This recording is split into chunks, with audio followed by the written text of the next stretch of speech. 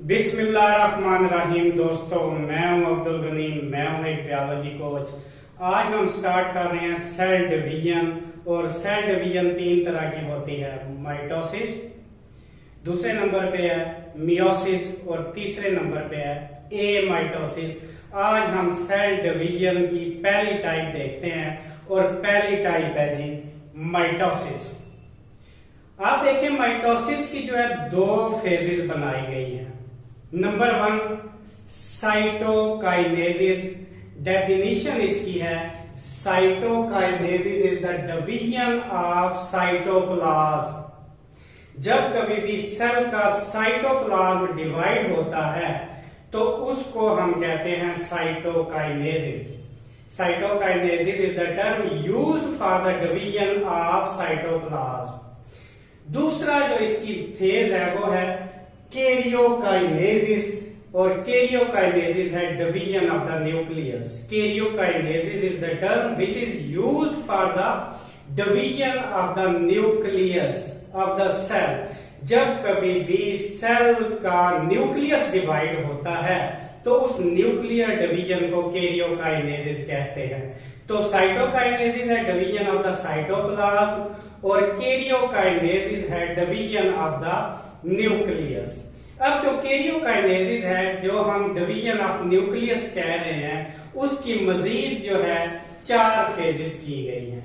पहली फेज जो है वो है प्रोफेज, दूसरी फेज है मेटाफेज, तीसरी फेज है एनाफेज और चौथी फेज है टीलोफेज। अब हम देखते हैं प्रोफेज, मेटाफेज, एनाफेज और टीलोफेज में क्या क्या तब्दीलियां होती हैं और कैसे कैरियोकाइनेसिस कंप्लीट होती है, कैसे एक न्यूक्लियस से 2 न्यूक्लियस बनते हैं। तो पहला स्टेप देखते हैं, प्रोफेज में एक न्यूक्लियस के अंदर क्या क्या तब्दीलियां होती हैं, जो कि कैरियोकाइनेसिस का न्यूक्लियस की डिवीजन का पहला जो स्टेप है वो है प्रोफेज। आइए स्टार्ट करते हैं प्रोफेज।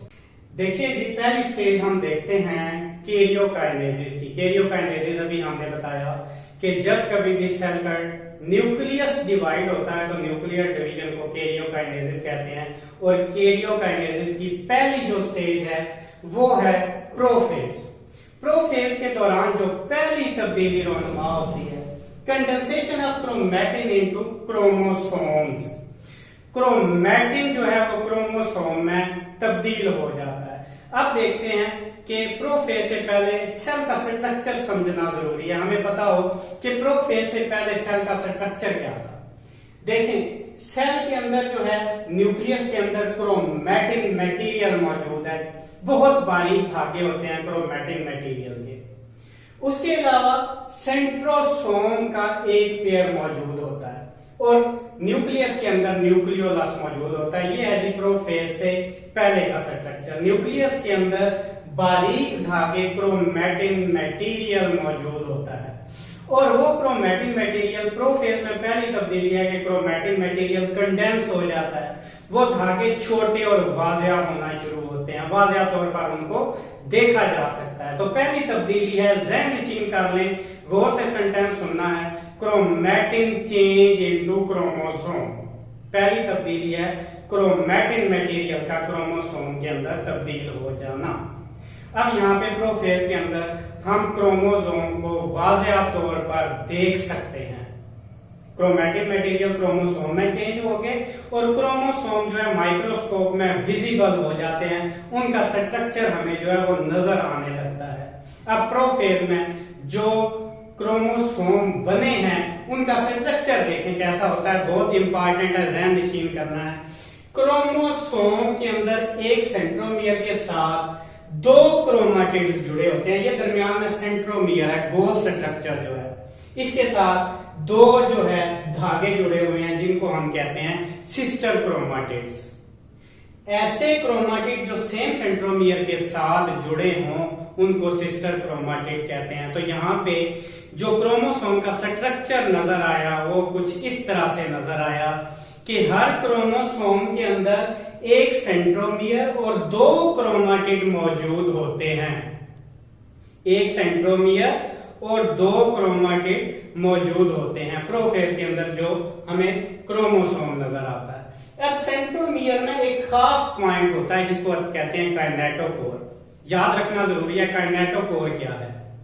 काइनेटोकोर सेंट्रोमियर पर वो पॉइंट है जहां पे स्पिंडल फाइबर आके अटैच होंगे नेक्स्ट स्टेज में। इससे अगली स्टेज जो है वो स्पिंडल फाइबर जो है वो प्रोफेज में ही अटैच होते हैं क्रोमोसोम के साथ, और जिस जगह पे वो अटैच होते हैं उसको हम कहते हैं काइनेटोकोर। तो क्रोमोसोम के स्ट्रक्चर में हमने ये देखा, इसमें एक सेंट्रोमियर, 2 क्रोमेटिड मौजूद हैं और सेंट्रोमियर पे एक खास पॉइंट मौजूद है जिसको हम कहते हैं काइनेटोकोर, जहां पे स्पिंडल फाइबर आके अटैच होंगे प्रोफेज के दौरान आगे जाकर, उसको हम कहेंगे काइनेटोकोर। तो ये है जी क्रोमोसोम का स्ट्रक्चर प्रोफेज के दौरान। तो पहली तब्दीली हमने देखी है, क्रोमैटिन मटेरियल क्रोमोसोम में चेंज हुआ, और क्रोमोसोम का स्ट्रक्चर हमने देखा। स्ट्रक्चर क्या था? Each chromosome consist of A centromere and 2 chromatids. ये है जी इसका स्ट्रक्चर। इसके बाद हम देखते हैं कि दूसरी तब्दीली यहाँ पे प्रोफेज के दौरान क्या है। पहली तब्दीली हुई condensation of chromatin into chromosome. Chromatin जो है वो क्रोमोसोम में तब्दील हो गए, क्रोमोसोम जो है वो विजिबल हो गए। दूसरी तब्दीली देखते हैं, गौर से सुनिएगा दूसरी तब्दीली क्या होती है। देखिए जी, सेल के अंदर एक सेंट्रोसोम मौजूद होता है प्रोफेज से पहले तक। प्रोफेज में वो एक सेंट्रोसोम डिवाइड होकर 2 सेंट्रोसोम बना देता है। तो दूसरी तब्दीली हुई डिवीजन ऑफ द सेंट्रोसोम। एक सेंट्रोसोम जो पहले मौजूद था वो डिवाइड हो गया, डिवाइड इनटू 2, और प्रोफेज में वहां से 2 सेंट्रोसोम बन गए। ये है जी दूसरी तब्दीली। अब तक हमने 2 तब्दीलियां देखी, क्रोमैटिन मटेरियल क्रोमोसोम में चेंज हुआ, और सेंट्रोसोम जो एक सेल के अंदर मौजूद था वो डिवाइड हो गया और उसने एक पेयर बना दिया, उससे 2 सेंट्रोसोम बन गए। ये थी जी दूसरी तब्दीली। इसके बाद तीसरी तब्दीली क्या होती है? तीसरी तब्दीली ये होती है कि वहां से कुछ स्ट्रक्चर जो है वो डिसअपीयर हो जाते हैं। देखें जी वो कैसे, यहाँ डायग्राम बना के देखते हैं वो कौन कौन से जो है स्ट्रक्चर वहां से डिसअपीयर होते हैं। तीसरी तब्दीली जो होती है प्रोफेज में, देखें न्यूक्लियस के अंदर जो स्ट्रक्चर होता है एक न्यूक्लियोलस मौजूद होता है न्यूक्लियस के अंदर प्रोफेज से पहले तक, और न्यूक्लियस के बाहर एक झिल्ली होती है। ये देखें जी न्यूक्लियर मेम्ब्रेन यहाँ पर मौजूद है। न्यूक्लियोलस भी मौजूद होते हैं और न्यूक्लियर मेम्ब्रेन भी मौजूद होती है। न्यूक्लियस के अंदर न्यूक्लियोलस होता है और बाहर जो झिल्ली होती है उसको हम कहते हैं न्यूक्लियर मेम्ब्रेन। अब प्रोफेज में क्या होता है? न्यूक्लियर मेम्ब्रेन भी देखें डिसअपीयर हो जाती है और दूसरा न्यूक्लियोलस भी डिसअपीयर हो जाता है। ये तीसरी तब्दीली हुई, nuclear membrane and nucleolus disappear. दोबारा से 3 तब्दीलियां जो है वो आपको एक दफा बता देता हूं। Condensation of chromatin into chromosome दूसरे नंबर पे, centrosome divide to form a pair of centrosome. पहले एक सेंट्रोसोम था, यहाँ पे 2 सेंट्रोसोम हो गए। और तीसरी तब्दीली क्या हुई? न्यूक्लियर मेम्ब्रेन मौजूद थी, न्यूक्लियोलस मौजूद था, दोनों डिसअपीयर हो गए। अब यहाँ पे ना न्यूक्लियोलस मौजूद है और ना ही न्यूक्लियर मेम्ब्रेन मौजूद है। चौथी एक और तब्दीली यहाँ पे होती है, वो है जी फॉर्मेशन ऑफ स्पिंडल। सेंट्रोसोम जो है ना, वहां 2 सेंट्रोसोम जो अपोजिट पोल की तरफ जा रहे हैं, एक सेंट्रोसोम डिवाइड हुआ था, उससे 2 सेंट्रोसोम बन गए थे। उन दोनों के दरमियान रबड़ की तरह के स्ट्रक्चर बनना शुरू होते हैं।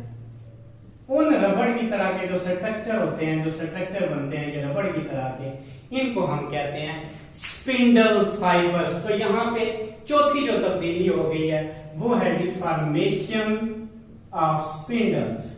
ये 4 तब्दीलियां हैं जी प्रोफेज के अंदर, और इसके साथ ही प्रोफेज जो है वो खत्म हो जाती है और नेक्स्ट स्टेज स्टार्ट होगी जिसको हम कहेंगे मेटाफेज।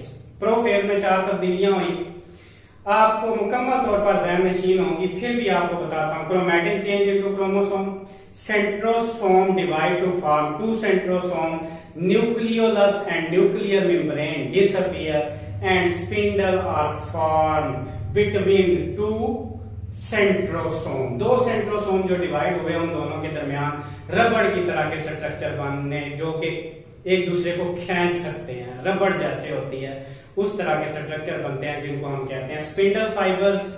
ये चार तब्दीलियां होंगी प्रोफेज में, और नेक्स्ट स्टेज स्टार्ट होगी प्रोफेज के बाद मेटाफेज। देखते हैं मेटाफेज में क्या क्या तब्दीली। दूसरी जो फेज है वो है मेटाफेज। मेटाफेज के दौरान जो तब्दीलियां होती हैं उसमें ये है कि spindle fibre grow to maximum. Spindle fibre जो प्रोफेज के दौरान बनना शुरू हुए थे, यहां उनका साइज जो है वो मैक्सिमम तक पहुंच जाता है। उन्होंने जितना ग्रो करना था, मेटाफेज में उनकी ग्रोथ कंप्लीट हो जाती है। ये पहली तब्दीली है। और क्रोमोसोम अपने आप को एक्वेटर पर अरेंज करते हैं। एक्वेटर, ये वाली जो जगह है ये सेल का एक्वेटर कहलाएगी। और आप देखिए क्रोमोसोम अपने आप को एक्वेटर पर अरेंज कर लेते हैं, और जो स्ट्रक्चर बनता है उसे हम कहते हैं मेटाफेज प्लेट। ये दो तब्दीलियां हुई थी। स्पिंडल फाइबर ने अपनी ग्रोथ जो है वो मुकम्मल कर ली, और क्रोमोसोम ने अपने आप को एक्वेटर पर अरेंज किया, और जो स्ट्रक्चर बना उसको हम कह रहे हैं मेटाफेज प्लेट। एक और बात यहाँ पे समझने की है कि स्पिंडल फाइबर जो यहाँ पे मुकम्मल हो गई है जिनकी ग्रोथ, वो स्पिंडल फाइबर दो तरह के हैं। एक वो स्पिंडल फाइबर है जो एक सेंट्रोसोम से दूसरे सेंट्रोसोम तक पहुंच जाते हैं। दरमियान वाले क्रोमोसोम जो है उनसे उन सेंट्रोसोम का कोई ताल्लुक नहीं होता। ऐसे जो स्पिंडल फाइबर हैं उनको हम कहते हैं नॉन काइनेटोकोर स्पिंडल फाइबर। ऐसे स्पिंडल फाइबर जो एक सेंट्रोसोम से दूसरे सेंट्रोसोम तक बढ़ते चले जाते हैं और दरमियान में वो अटैच नहीं होते क्रोमोसोम के साथ, उनको हम कहते हैं नॉन काइनेटोकोर स्पिंडल फाइबर। अब स्पिंडल फाइबर की एक और टाइप है जिसको हम कहते हैं काइनेटोकोर स्पिंडल फाइबर। यहाँ पे एक चीज आपको जो है दोबारा बताना चाहता हूं। जब हमने क्रोमोसोम का स्ट्रक्चर देखा था प्रोफेज में, हमने कहा था हर क्रोमोसोम में दो क्रोमाटिड और एक सेंट्रोमियर मौजूद है। सेंट्रोमियर पर एक जगह होती है जिसको हम कहते हैं काइनेटोकोर। कुछ ऐसे स्पिंडल फाइबर होते हैं जो कि क्रोमोसोम के काइनेटोकोर रीजन के साथ अटैच हो जाते हैं, एक ऊपर वाले सेंट्रोसोम से और एक नीचे वाले सेंट्रोसोम से स्पिंडल फाइबर आके काइनेटोकोर के साथ अटैच होता है। तो हर काइनेटोकोर के साथ दो स्पिंडल फाइबर अटैच हुए, एक इस सेंट्रोसोम से और दूसरा दूसरे सेंट्रोसोम से, अपोजिट पोल से। तो ये जो स्पिंडल फाइबर हैं जो काइनेटोकोर के साथ आके अटैच होते हैं क्रोमोसोम के काइनेटोकोर के साथ, उसको हम कहते हैं काइनेटोकोर स्पिंडल फाइबर। तो स्पिंडल फाइबर दो तरह के हुए, नॉन काइनेटोकोर जो सेंट्रोसोम से सेंट्रोसोम तक मौजूद है, और दूसरे जो हैं वो काइनेटोकोर स्पिंडल फाइबर जो के सेंट्रोसोम से शुरू होते हैं और काइनेटोकोर पर आके अटैच हो जाते हैं। तो ये था जी मेटाफेज। दो तब्दीलियां आपने ज़हन नशीन करनी है। पहली, spindle fibre grow to maximum, spindle fibre की ग्रोथ मुकम्मल होगी। और दूसरी तब्दीली जो आपने ज़हन नशीन करनी है, chromosome arrange at the equator forming the equatorial plate. ये दो तब्दीलियां हैं जी। उसके बाद हमने स्पिंडल फाइबर की दो टाइप्स देखी, नॉन काइनेटोकोर जो सेंट्रोसोम से सेंट्रोसोम तक है, और काइनेटोकोर जो स्पिंडल फाइबर क्रोमोसोम के काइनेटोकोर के साथ अटैच होते हैं, उसको हम कहते हैं काइनेटोकोर स्पिंडल फाइबर। ये था मेटाफेज। उसके बाद हम देखेंगे जी नेक्स्ट स्टेज कौन सी है। नेक्स्ट जो स्टेप आता है वो है एनाफेज। एनाफेज के दौरान क्या क्या तब्दीलियां होती है देखिए, गौर से समझने की बात है। पहले नंबर पे स्पिंडल फाइबर क्रोमोसोम को खींचना शुरू करते हैं। खींचने के नतीजे में देखिए जो पहले एक सेट था क्रोमोसोम का, डिवाइड होके दो सेट बना देगा। एक सेट ये है क्रोमोसोम का और दूसरा सेट जो है वो ये है। तो एक सेट डिवाइड होके यहाँ पे दो सेट बना देते हैं। इस स्पिंडल फाइबर की खींचातानी की जो नतीजा निकलता है, वहां पे क्रोमोसोम जो है एक सेट से दो सेट बन जाते हैं। यहाँ पे क्रोमोसोम का स्ट्रक्चर समझना जरूरी है। एनाफेज से पहले जो क्रोमोसोम का स्ट्रक्चर था वो कुछ इस तरह से था कि उसके अंदर एक सेंट्रोमियर और दो सिस्टर क्रोमाटिड मौजूद थे।